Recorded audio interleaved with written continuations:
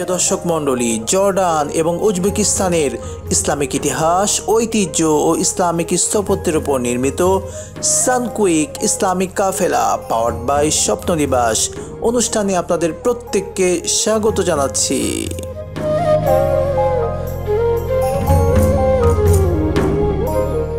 আসসালামু আলাইকুম ওয়া রাহমাতুল্লাহি ওয়া বারাকাতুহু। বিসমিল্লাহির রহমানির রহিম। নাহমাদুহু ওয়া নুসাল্লি আলা রাসূলিল কারীম, আম্মা বা'দ।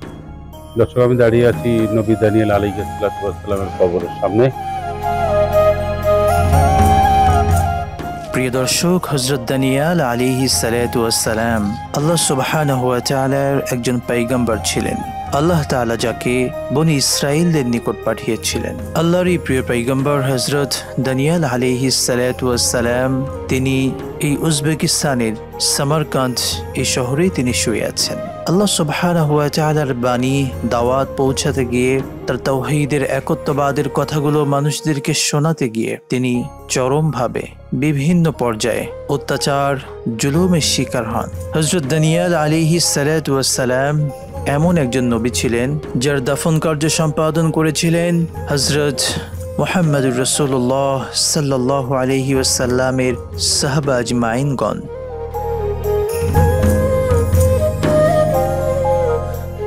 আবু বকর ইবনে আবিদ দুনিয়াতে রচিত কিতাব আহকামিল কুবুর গ্রন্থে আবুল আসহারের বরাত দিয়ে লিখেছেন, রাসূলুল্লাহ সাল্লাল্লাহু আলাইহি ওয়াসাল্লাম বলেছেন, নবী দানিয়েল আলাইহিস সালাতু ওয়াস সালাম আল্লাহ তাআলার কাছে দোয়া করেছিলেন যেন তার দাফন কার্য উম্মতে মুহাম্মাদের হাতে সুসম্পন্ন হয়।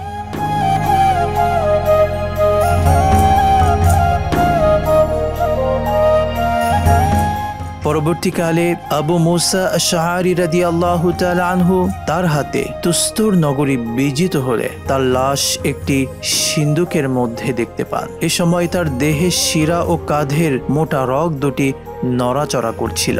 নবী আলাইহিস সালাতু ওয়াস সালাম তিনি বলেছিলেন, যে ব্যক্তি দানিয়েলের লাশ শনাক্ত করে দেবে তাকে জান্নাতের সুসংবাদ দেবে।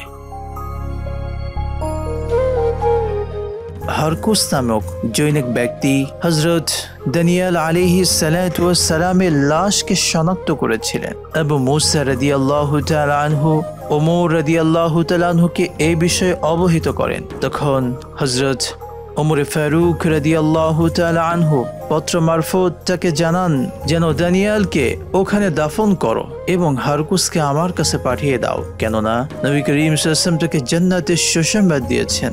ইবনে কাসির রাহিমাহুল্লাহ বর্ণনাটি আনার পর মন্তব্য করেছেন যে এটি হয়তো বিশুদ্ধতার দিক থেকে কিছুটা আপত্তি রয়েছে। দর্শক, এরপরেও তো এটি বহু যুগের অনেক বছর পূর্বের কথা।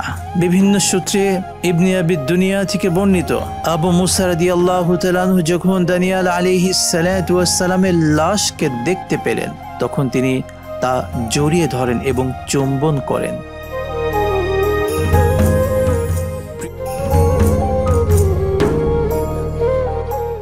হযরত আবু মুসা রাদিয়াল্লাহু তাআলা আনহু তিনি কিছু মানুষদেরকে দিয়ে গোপনে একটি জায়গায় হযরত দানিয়েল আলাইহিস সালাতু ওয়াস সালামকে দাফন করেন, যে জায়গাটি দর্শক আপনারা এখন দেখতে পাচ্ছেন।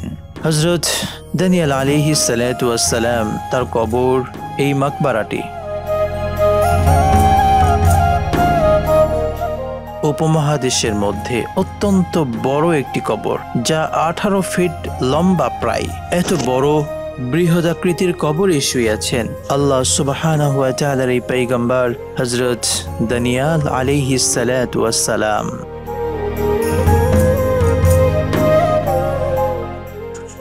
জৈনিক সাহাবী বলেন, আমি আবু মুসা আশআরী রাদিয়াল্লাহু তাআলা আনহুর পুত্র আবু বুরদার হাতে একটি আংটি দেখেছি যাতে দুটি সিংহ এবং সিংহদ্বয়ের মাঝে জৈনিক ব্যক্তির চিত্র অঙ্কিত রয়েছে, আর সিংহ দুটি ওই লোকটিকে জিহ্বা দ্বারা চাটছে। আবু বুরদা বলেন, এটি ওই লোকটির আংটি যাকে এই শহরের লোক দানিয়েল নামে জানে। তাকে দাফন করার সময় আবু মুসা রাদিয়াল্লাহু তাআলা আনহু তার নিজের কাছে তুলে রাখেন।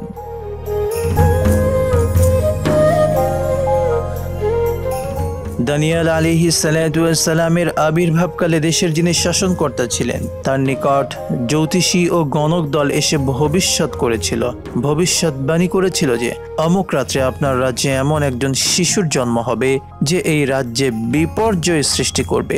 রাজা বললেন, আল্লাহর কসম, আমি ওই রাত্রে যত শিশুর জন্ম হবে তাদের সকলকেই হত্যা করব। বাস্তবে সেটাও করলেন। অবশ্য শিশু দানিয়ালকে রাজার লোকজন সিংহ পালের মধ্যে নিক্ষেপ করে চলে যায়। কিন্তু এই শিশু দানিয়াল আলাইহিস সালাম যে আল্লাহর পয়গম্বর হবেন, আল্লাহর নবী হবেন, আল্লাহ পাক নিজে তাকে হেফাজত করেছেন।